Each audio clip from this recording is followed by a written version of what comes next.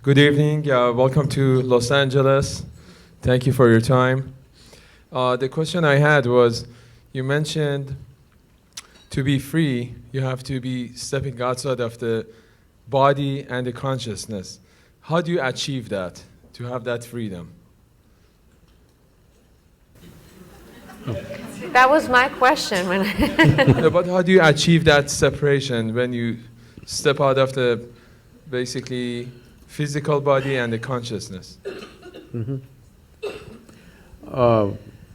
If you want to make a small attempt, there is Isha Kriya, you can just download this app, free. It's a free app, you can download this. With headphones, you can daily practice this for some time. If you do it for 30-40 days, then you can do it without any headphone, just by yourself. Initially you take support, after that you do it by yourself. This is a simple way to do it. If you are willing to commit 30 to 32 hours, about 32 hours of focus time, then we have a more powerful and effective process, which is called as inner engineering, which is offered in daily classes, or also preparatory part of it as online, and the final part of finishing part of it, which is direct. It is a transmission of a certain dimension of practice. We must understand this because with all due respect, they've done what they have done. But the way yoga is happening generally, not everybody, generally the way it's happening, it's a bit scary to me. Because when you make a very profound process into just an exercise mechanism or just a breathing exercise, you want to exercise your body, exercise your breathing, exercise everything, that's not the way it works.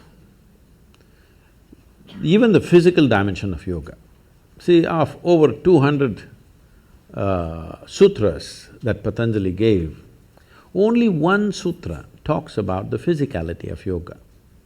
Thiram Sukham Asanam. This means a posture which is comfortable and stable is your asana. To get to this, people do many twists and turns, that's okay. But only one. Nobody bothers what is the remaining 200 and odd things that he's spoken. So the physical aspect has come to the West and that's become big. It's good, it creates health, well-being. But I want you to understand, there are more people on this planet who are healthy and miserable than unhealthy and miserable. Those who have ill health, at least they have a good reason, they have a good excuse. Healthy and miserable, you have no reason, no excuse to fall back on. So, it is important that you understand yogic practices are not practices, they are live forms, that it is made into a seed form and given to you, you're supposed to hold it that way so that the seed sprouts and grows and becomes something phenomenal within you. It just takes away your backache, your headache, your something else. This is not of great significance, but I understand if your backache is aching right now, that is the biggest thing in the universe. Yes or no? Right now you have a headache. If God appeared, what would you ask? Headache must go? That looks like the biggest thing, isn't it? So I understand, when body is in trouble, keeping the body well is important because even if your little finger is hurting right now, this little finger will become the center of the universe. Yes or no? When it is fine, you can just ignore this body and simply sit here and talk about other things. Little finger is feeling like hell, little finger will become the center of the universe. So, keeping the body well is important for that reason, so that you can keep it aside. If it's very well and no issue, you can just keep it aside and look at other dimensions of life.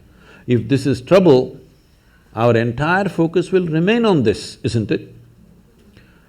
So, inner engineering is that kind of a process. There is a powerful system called Shambhavi, where it is given in a seed form.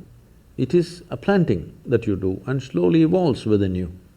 Millions of people, this is one thing I'm proud of in my life is, today there are millions of people, men and women, In the morning, if they close their eyes, tears of ecstasy are flowing. I think this is fantastic.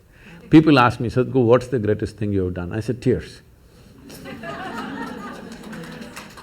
Tears of love and ecstasy are flowing. That's a great